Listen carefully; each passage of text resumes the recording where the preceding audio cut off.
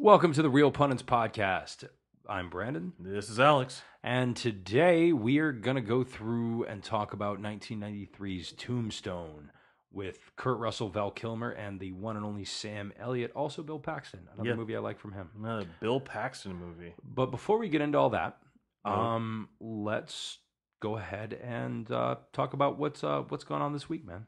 This week, the final Deadpool trailer came out. Saw that. It was nice. That was Liked tight. it. I liked it. I think they're going to knock it out the park with this one. Mhm. I don't think they're going to do Avengers money, but they're definitely going to get paid for this one. Anything for you? I watched the worst movie I've seen in a long time. Oh, you're going to go. Game Over Man. Yeah, there was a movie that you passed on to me because I was determined to try to get through it. There's a line to my crude humor that I can stomach. Yeah. Well, I mean, it wasn't the castration scene wasn't even what bothered me there. Spoiler alert, somebody gets castrated in that film. Wasn't really the crude humor because, I mean, I like movies with crude humor in it. That one went over that line. And you know what? I don't really mind that. There's a difference between being the guys from mindless. Workaholic were funny in Workaholics. Right. The one long-haired guy from Workaholics was funny when he played the janitor in The Scout's Guide for the Zombie Apocalypse. Right. I don't believe that comedy team can carry a film.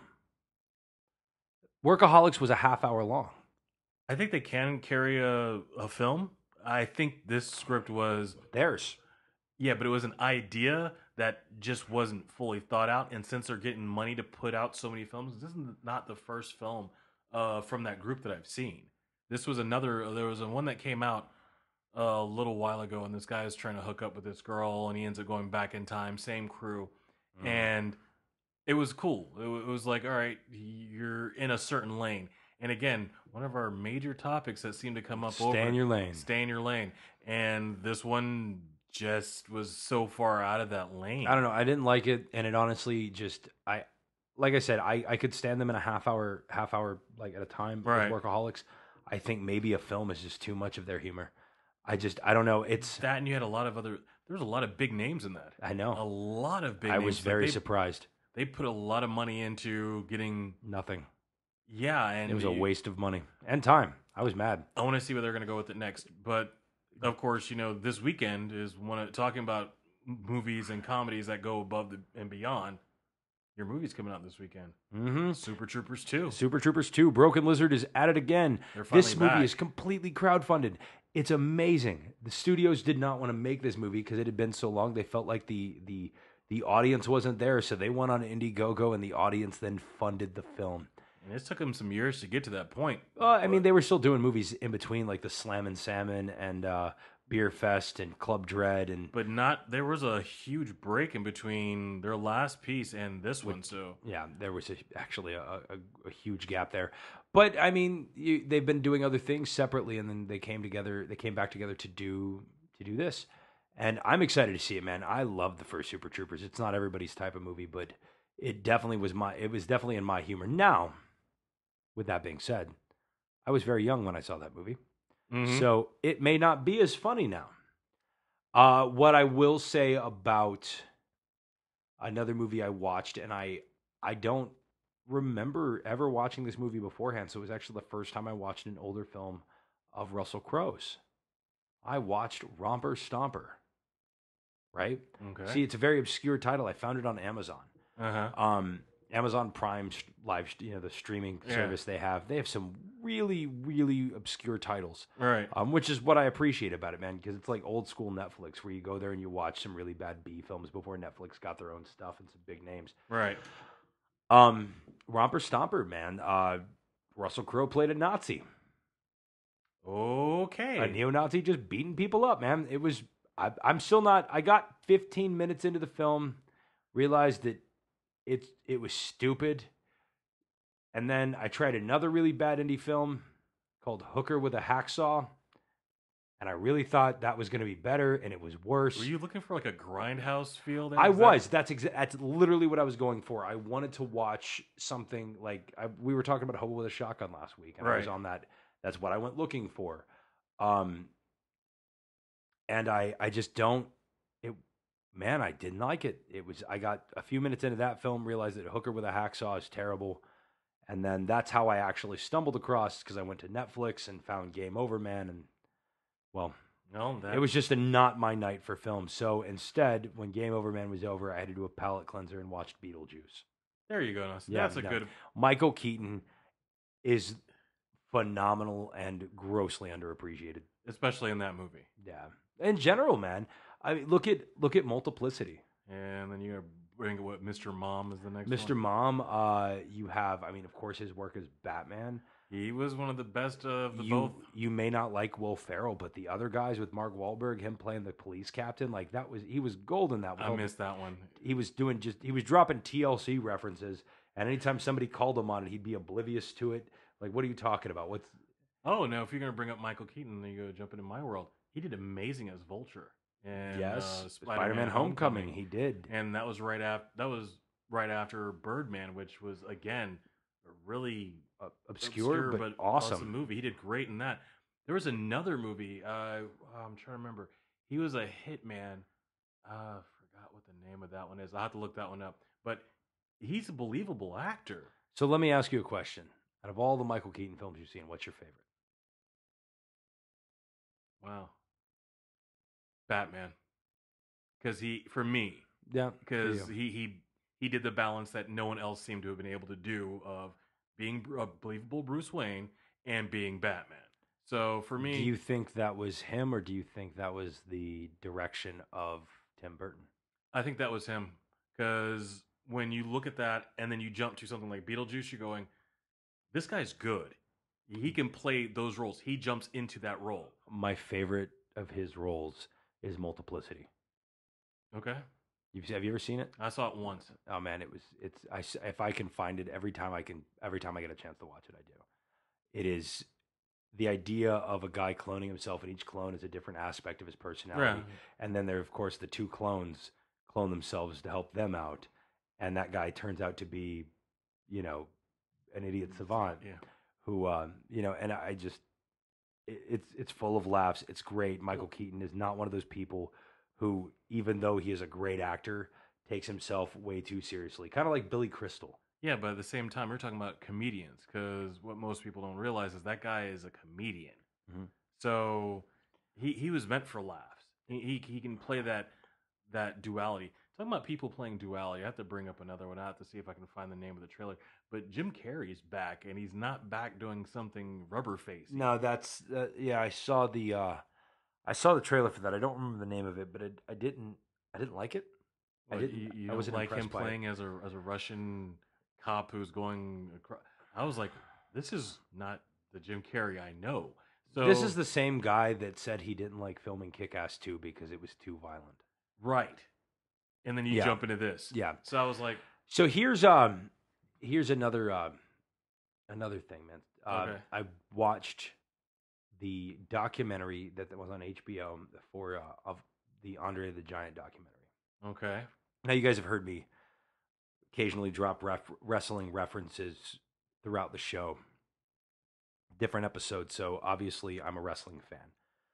When I was a kid, one of my favorite people was Andre the Giant, mostly because I watched, and this does fit into the conversation. I'm waiting for you to bring this home, man. I'm waiting to see how this it is going to get fit into the narrative of films, because the first thing I ever saw him in before I got into wrestling was A Princess Bride. I was just getting ready to just click to but my they head. they actually had like Billy Crystal and I forget the director's name, but Billy Crystal, the director, and then the guy who played Robin Hood in Robin Hood Men in Tights, Carl Hughes. Yeah, they were all like interviewed on the documentary about like the filming of it.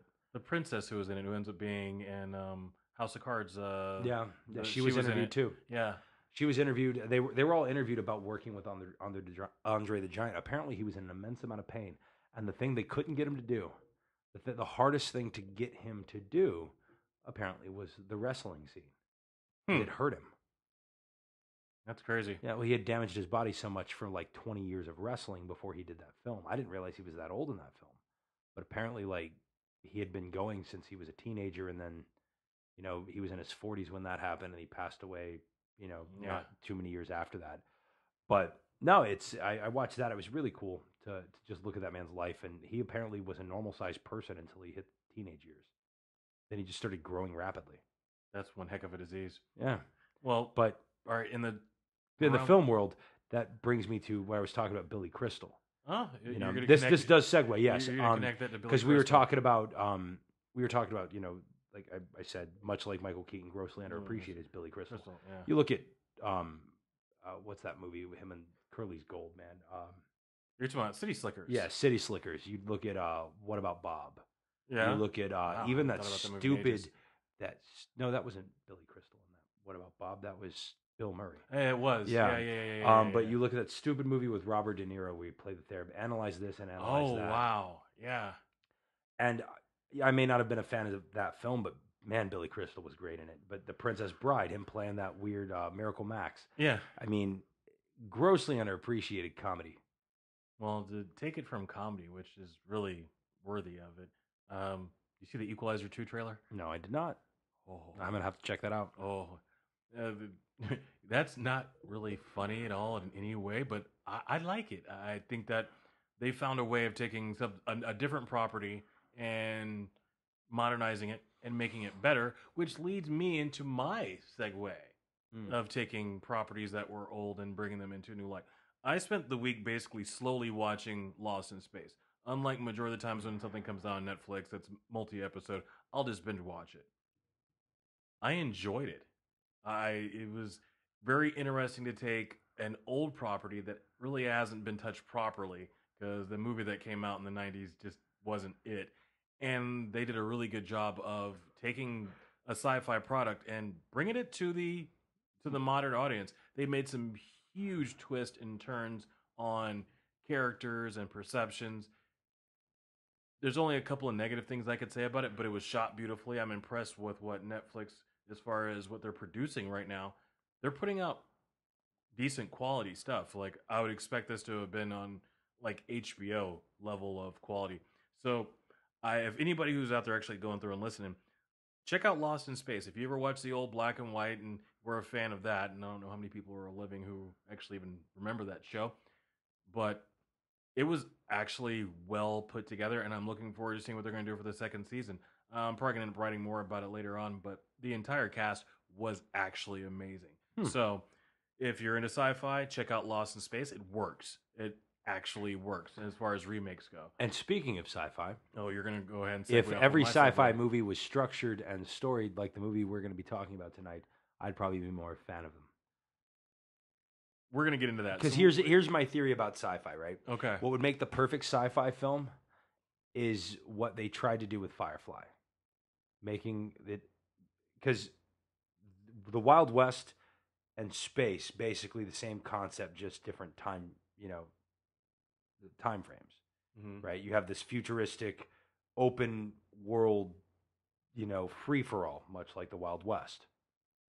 Okay. I really feel like doing a sci-fi movie with a Western feel would be like the best sci-fi movie ever. So if I tell you that there is one that's actually out there like that, I'll watch it. Okay. Because I think there's one that's called like Prospector or something like that that's coming out that is very much a sci-fi Western. Yeah. I'm down. But speaking of Westerns, let's talk about Tombstone. We're going to transfer from that into Tombstone. Okay. So, like I said, the actors in it, man. All right. First of all, if we're going to do this, let's do this the way we always do. 1993. 1993. Okay. Director George Cosmatos. It doesn't really matter what his name is. George. Directed by George. And then Kevin Jarre, and then... Okay, now let's get into a little bit of reality breaking, which came out, like, I think 2010, and there was some interview. Let's just cut past all the other directors that were put on there. They were just patsies. The person who actually directed was Kurt Russell. Was Kurt Russell. So those other names that are on there, it really doesn't make a difference. Kurt Russell directed this. Kurt Russell directed this. So that's the first part of the whole situation. Now, it was also starring Kurt Russell playing Wyatt Earp, Val Kilmer playing Doc Holliday, which is one of my favorite characters from this film. Sam Elliott playing Virgil Earp, and then you have Bill Paxton. I forget who he was playing again because it's Bill Paxton, and he was overshadowed by everybody else in this movie. Oh, hey, Billy Bob Thornton made a cameo in it, man. It was really cool. It was. Jason. Jason Presley, 90210 guy. Yeah, what did he play in it? Was he Johnny Ringo? No, he wasn't no, Johnny he was Ringo. Who was he? He was one of the little fancy boys that were in the entire. Oh, who thing. cares about them? Because he was hanging out with, he was trying to one up with Billy Zane, who was also in the movie. Yeah, Billy Zane was in the movie. It was a lot of really good, all-star cast for a western. I'm not gonna lie, like it's very surprising going back and seeing like how many big names in the '90s were Bill there. Paxton was Morgan Earp. Yeah, Morgan Earp. That's right. It's Bill Paxton. I like him in the role, but he played such a minuscule part in it that he got overshadowed by Sam Elliott and Kurt Russell and the scenes they were all in together. And then every time Val Kilmer, Powers movement. yeah, yeah. You can't. That movie was, and this is where I'm trying my best not to get into my negatives about. No, go on. No, because we have to go through our normal thing. Let's finish up what we have to do. All right, so it, however, on opening weekend, man, it sucked. Budget that they made the film was roughly estimated $25 million. Opening weekend, it did $6,454,752. That makes it a really poor performing opening weekend, but it grossed $56,505,065. So it doubled its money. So good for it. Rotten Tomatoes score 73%. Metacritic score was that 50%? Like that 50? Yeah. Now, there's a person that we forgot in the entire run-up, and I had it on our notes, but you have to always give that 5-second pause for the fact that Charlton Heston was in this movie. That's true.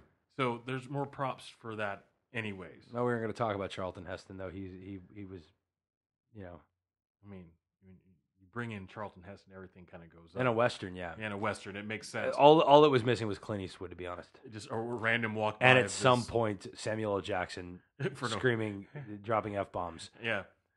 Now, this movie was an amazing movie. I'm not super well done. It was well done. The story was unfolded perfectly. The side stories were great. You cared about the characters that it tried to develop. There were some really cheesy lines in it. A lot of cheesy lines, a lot of amazing lines, especially coming from Val Kilmer. Val Kilmer killed it. Wyatt Earp gets a couple of good lines in there of him bringing down the storm. And you know the worst Val Kilmer line. It's the scene right before Val Kilmer talks about Wyatt walking on water. Mm-hmm. When he's at the face down with it's Wyatt Earp versus Curly Bill. Mm-hmm. And they got him pinned down, and he decides to just get up with that shotgun and walk through the creek. Yeah. And he's just, no. It reminded me of Emperor Palpatine. Watching it later. No. It's just, it was cringeworthy. It's what it was. Because I just pictured a wrinkled Russell Crowe, or not Russell Crowe. See, I'm still thinking about Romper Stomper. A wrinkled Kurt Russell with lightning coming out of his hands, shocking Curly Bill like, no. And it was just so bad. But Val Kilmer, man, he crushed it. It does bring up what happened to Val Kilmer. I'm not going to get into I think we need to get a milk carton with a picture of Doc Holliday saying missing. What happened to this person after this role? Well, here's Val Kilmer made the movie. Yeah. Hearing what he was going to say, his introduction, just when the first scene where he shows up and he and Wyatt Earp see each other, and he's looking at Billy Bob Thornton's character. I forgot you were here. You may leave now. You're like, wow, you explained. It was a perfect defining moment of who are all the characters. Now, I think the best defining moment of Val Kilmer's portrayal of Doc Holliday was the scene before that. Before he got to Tombstone, when he was playing cards and somebody did. He's like, must be a peach of a hand, and then he ends up killing the guy and taking the money off the counter and just like, well, yeah, because he killed him, he robbed him, then he went and hung out with a cop. Like Doc Holliday, man, who does that? Kills a guy in a bar, robs the place, and then goes and hangs out with cops. Now, my big that's the plot of a Vin Diesel film if I've ever seen one. It is the plot of it. No. I know. Well, you had those gangsters hanging out with him when he was in the DEA, and what the hell was that movie? Vin Diesel, his wife got killed by the Mexican cartel. Okay. It was really stupid. Fast and the Furious 5? No, 4, it was 6, 12. It was right after Triple X, right before the Fast and the Furious 7. No, I don't know. It's I forget the name of it. Holy crap! I don't care. Either way, comes down to it. My big problem with the film, it was so action packed, so over the top. For me, it was borderlining a country western grindhouse film. It was so It wasn't that over the top. And how and what's give me an besides the walking towards everything going no, Which, what was the scene actually, the messed up part is the scene where he was walking and took that guy straight on, was right in the front line of fire. That really happened. So did it really? Yeah, that part was one of the scenes that was actually accounted for as Historical that really happened. part of the legend of actual Wyatt Earp. Right. Now, that part was true. The who Doc Holliday was also true. The Earp family was true. The OK Corral fight was adjusted for Hollywood. This was such a Hollywood pumped movie. I'm not discounting it for it, but it was an action film. It wasn't really a Western film. It was definitely a drama.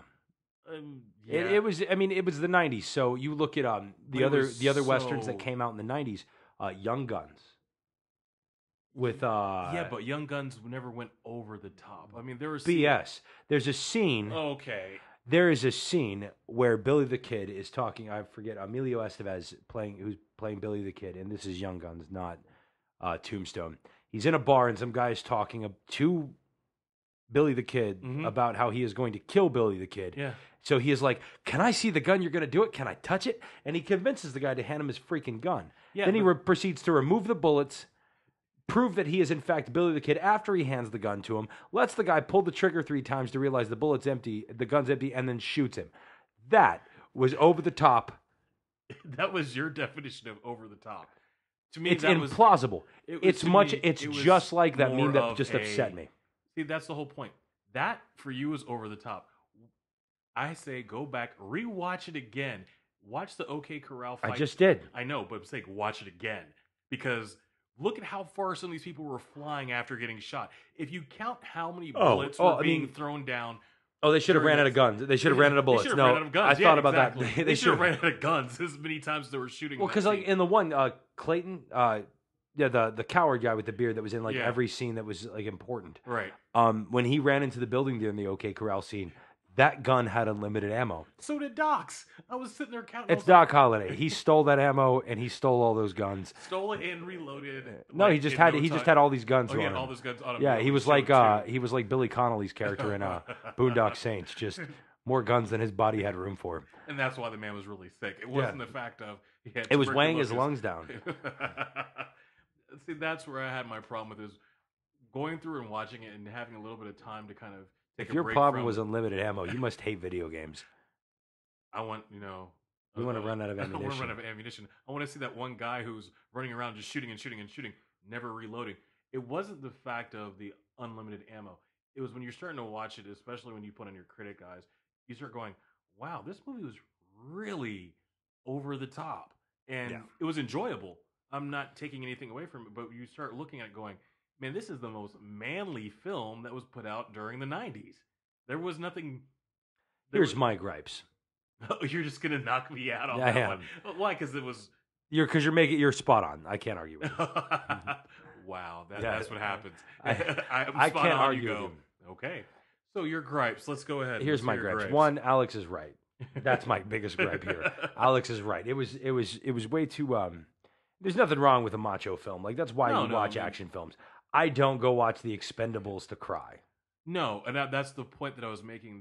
But out of all the movies that came out during the 90s, I'm trying to go through my head. There were some really manly films. But you go back to Tombstone, especially since later on in the 90s, they made the Wyatt Earp movie. What's the guy's Kevin? That guy from Waterworld. Waterworld. I can't believe I can't remember his name. Because he sucks. He doesn't deserve to be remembered. Kevin Costner. Costner, yes. Yeah, because he was in The Postman, Waterworld, and basically Kevin Costner just did epic films until he did 10 Cup. Yeah, basically. I think 10 Cup came before, didn't it? Was he in that one? Yeah, because I'm thinking of the bowling movie with Woody Harrelson, too. All right. But he wasn't in that. But the point is, all those movies came out, and it was like, oh, yeah, this is an over-the-top action flick. Yay. You watch Tombstone afterwards. I was like, man, I need a 6-shooter. Like, I need a holster It's that the I can carry. mustaches. Oh, that and I need. Everybody had the mustache. same. Did you notice that everybody had the same mustache style? Yeah, but everybody The else's soul patch with the mustache. everybody else's mustaches you can tell were like put on during makeup, except for Sam Elliott. Sam Elliott is the only person in that entire No, movie. Val Kilmer's was legit. It looked like It looked, but it was not a real mustache. Sam Elliott was like the real. That guy was Sam Elliott. It's Sam Elliott. His voice is amazing. I love listening to like Dodge truck commercials just because that's Dodge. You're like, okay. All right, what are your gripes about this movie? okay. My honest to God about gripes. the So the Cowboys. What a generic name for a gang, right? On top of this whole this red sash Cowboys thing, how did they get control of a town that was making money?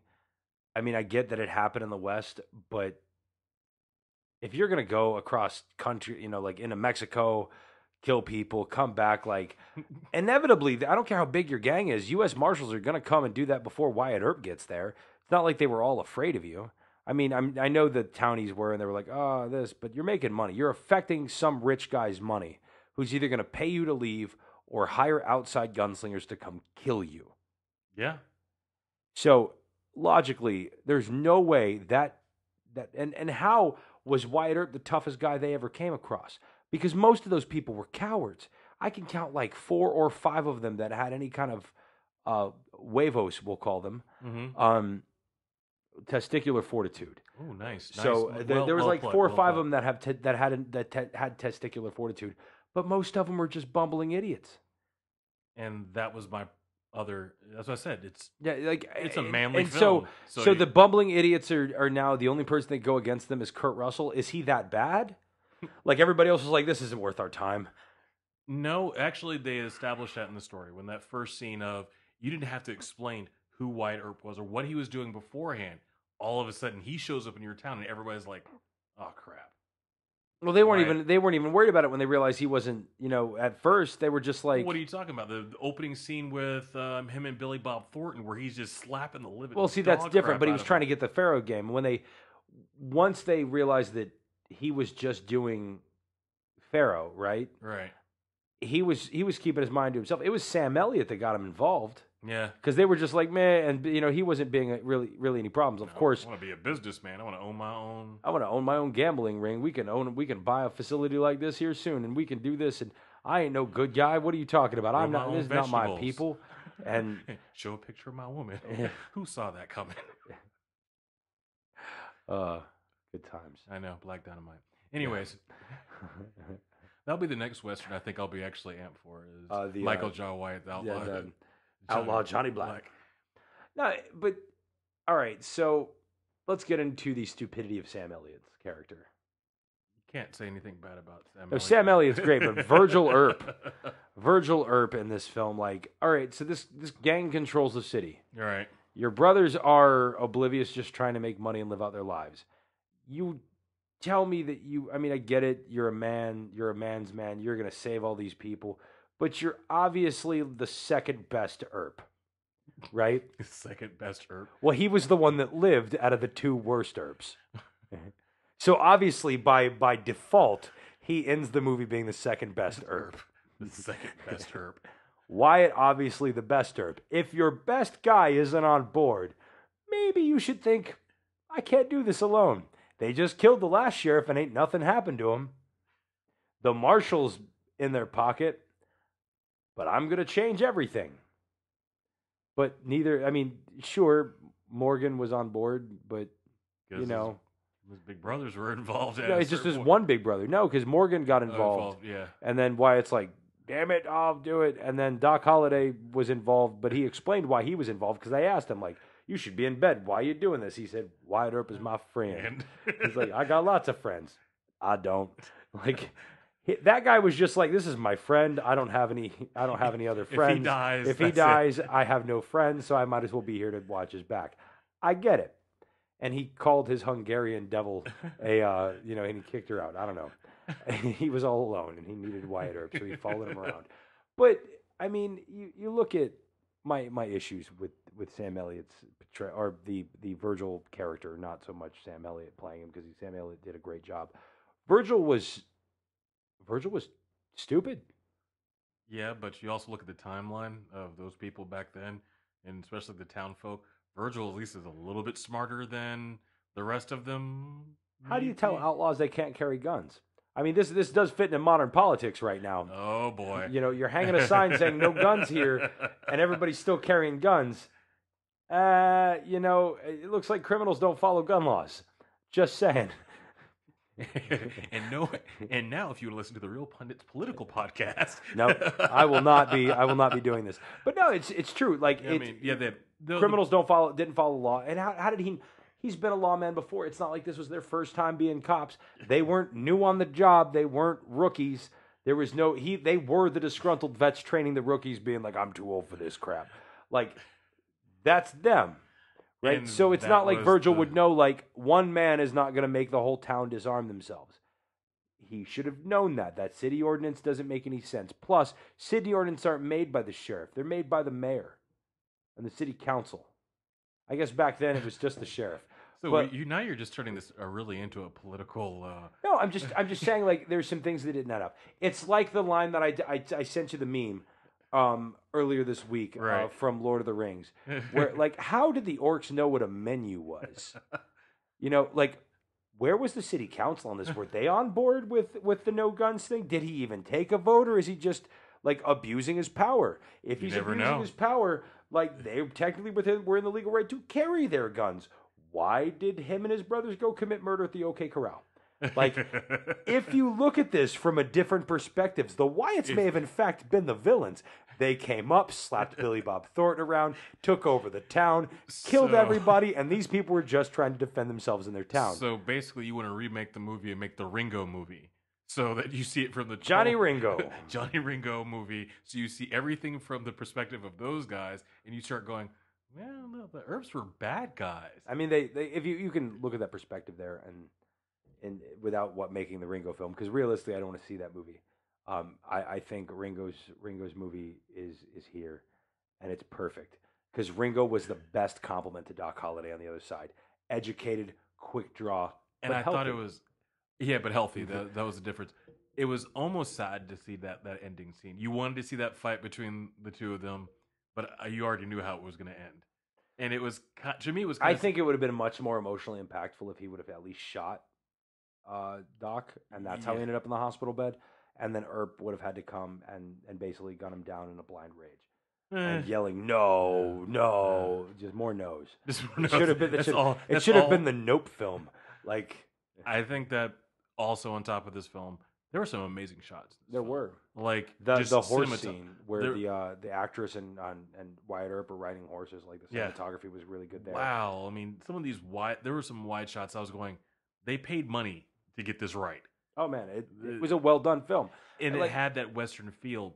But it was an action film. It was an action film. It was, no matter what you say or anybody says, it's not a really Aren't a all Western. modern westerns though action films? Look at Django. Again, another over the top Western film. When you But you start kind of watching expect over the top out of out of Tarantino, Yeah. I went in there with a totally different view. I knew we this- watched that together. Yeah, Yeah, definitely what, I second, don't- third movie that we actually saw together. that was the first. No, No, Grindhouse. no. Well, we didn't know each other. It was the first time we ever went to the theater to intentionally to watch a film at the same time. Right. Was Django, and I didn't even know that's what we were doing. Yeah. Like, I got told to get in the car. We were going somewhere, and then we ended up at the theater. I was like, okay, this is what we're doing today. But the whole thing is, there's certain westerns coming from a line of watching old school westerns. It wasn't until 3:10 to Yuma that a modernizing western film, The Unforgiven, another one. There's True Grit, is another one. It wasn't as Do hardcore. you count Wild Wild West? What? That Will Smith and What? Kevin Spacey. film? What? The one with Kevin What? Spacey. I'm sorry. Every single time you say that, I'm just going to deny that movie even exists. And it Come wasn't on. even Kevin Spacey. It No, was that wasn't Kevin Spacey. That was the other guy. oh man. I forget his name. He sucks. But I was like that. I don't even count that. That was a. They should never even touch that. I let that one go far, far away. There had that half man in it, had the spider legs. Yeah. That was a weird scene. But back on Tombstone. How do you grade this movie? Like, where do you rate it?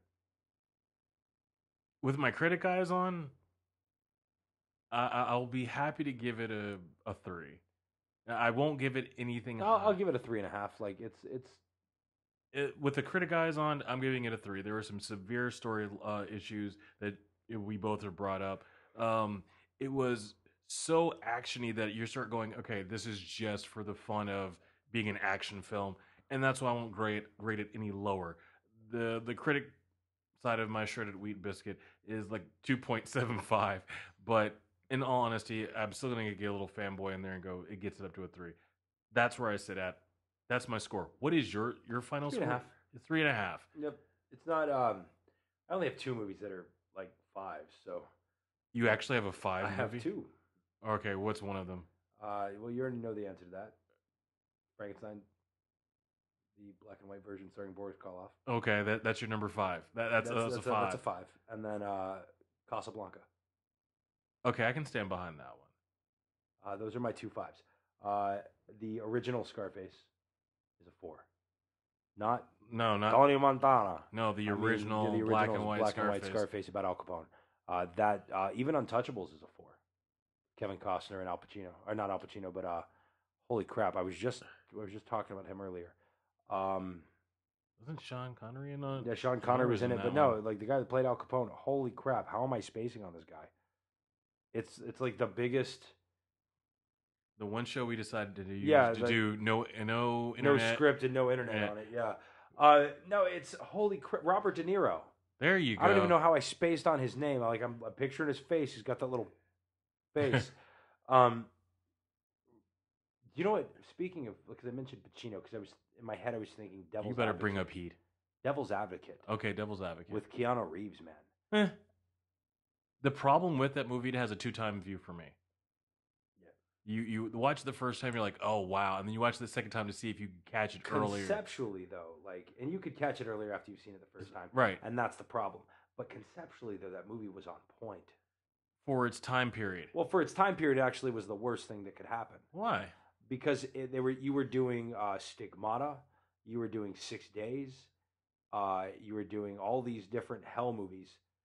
True, but that one came through kind of clean. Yeah, we just so did that Johnny Depp one. Johnny Depp one? Oh, Donnie Brasco? No, that was the mob movie. Yeah, what other movie during that time period? The Devil movie. Shoot, man, Ninth Gate. Oh yes, you're right. That one was that was a piece of work. But I totally forgot about Ninth Gate. I didn't. It wasn't as good as you know what? The only Johnny Depp movie that I truly enjoy. Which one? Besides What's Eating Gilbert Grape, because I enjoy the story. It was well done. Well, there's 2. There's Benny and June. Okay. Benny and June. Where Robert he was playing a weirdo. Mm-hmm. Go figure. And then From Hell. Okay. Where he was trying to solve the case of. Yeah. Yeah. I'm trying to think of Ripper. my. For me, because there's not. I'm not a. I don't. It's not that I don't like the guy. I just think he stay in your lane. He typecast himself. Yeah, he just wants to play Mick Jagger. Lifelong dream, play Mick Jagger. It might be. So we talked last week about Blumhouse films. Yeah. Right. How do you feel about Truth or Dare? Story wise, I think out of the ballpark hits, Get Out, they did a really good job on helping that one move forward. And then they put this out, and I go, okay, what are you going to do? One on, one off, one on, one off? I think this is just another scam for a date. It's going to come out Friday the 13th. Hey, let's make this crazy movie. Let's get to the end of it and just go. And now the whole world is playing it. Oh, by the way, spoiler. This is what happens. But when it comes down to money, that's a little bit of a different story. So I do want to talk about another thing. Oh, okay. 11 days ago, a film was released, opening weekend for April 8th, starring a wrestler named John Cena. Okay, you're just gonna constantly bring everything back to wrestling. No, I know was you just probably have thinking a point about. to I was this. looking at the numbers for this because I was just curious, really quick. Blockers. To me, it Oh looks yeah, stupid. that looked really dumb. I was gonna really avoid that like the plague. So apparently, this man's a box office draw. Because April's a weird movie month, especially because most people are just waiting to see the Avengers or Deadpool. Right. Um, opening like an estimated budget of 21 million. Hmm. Not, I mean, for a movie like that, it's not like you need a bunch of money. But opening weekend for a low run comedy film for April, it did 20 million opening weekend. 11 days in 11 days right now, it's made 40 million. That's impressive. Yeah, for a movie starring Leslie Mann and John Cena and who's the other guy in that stupid film? Man, I hate that guy too. I can't remember his name for the life of me. See, I think my problem with it is we've already done this movie. Now you're just doing it with girls, which was super bad. No, this is different. Oh, This is okay. It's not a bunch of this chicks premise trying is to lose actually their virginity and have a party. no, it is, but that's not what Superbad. No, this was about the parents. Like Superbad, like they were just going off trying to impress some girls, get them liquor in Superbad, Right. and then most of really Superbad was about the adventures of McLovin. Right. This is the parents. One of the kids leaves the laptop open, And they find see out. a text. I don't know who texts on their laptop and don't know that other people are. So we'll because I haven't seen the film, we'll push that aside. But basically, they find out that they have a sex pact, right? And then the kids blatantly voice it in Sex Pact 2018, like that's not obvious or anything, but cool. Like I said, we'll push past that because I haven't seen the film, but so the parents decide they're going to stop them from losing their virginities on prom night. So there's a purpose. It's prom night. All right. And then they just get into all kinds of mayhem. John Cena beats up teenagers. There's a scene, I guess, where he butt chugs. I'm not quite sure what that is, but Yeah. sounds pretty weird. But so it looks to me like generic stupid comedy A of the year. But apparently, when pro wrestlers transfer to the silver screen, they can pull money even if the movie's stupid. Example: The Tooth Fairy. Oh, The Rock. the Tooth Fairy. Pulled that money. that was bad. It was, but it pulled money, and now look at him. Yeah, you can't stop the guy. I mean, Rampage, man. That movie is Rampage. crushing it in the box yeah, office. and that's the part that's kind of. And the video game adaptation. And I'm still going. It's still not good. But it stars The Rock. Basically, you could poop in a bag, and as long as it stars The Rock, people are going to go look at it. True, and I'm still waiting for him to get done with this. So we can move on to being Black Adam. But looking at the budget for Truth or Dare. So let's see what Blumhouse actually did. The budget was 3.5 million, and opening weekend they made 18. Oh yeah, no, that. Their total gross was 21 million. So you want your answer if you got more Blumhouse movies coming? Oh yeah, we're getting more Blumhouse movies. I think that they need to kind of fine tune what they're doing. So this is about it for us for this week. That was Tombstone, and we started talking about all other types of things and Blumhouse and all that. So what do you want to leave people with for this episode?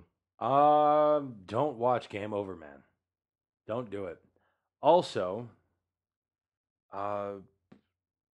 go support Super Troopers 2 so Broken Lizard will make good comedies. That's a good one. Yeah. Go support it. Go see it this weekend. Mine is find a black and white movie that you've never seen before, grab some friends and watch it. I think that we need to go back to a the clean days of Humphrey Bogart.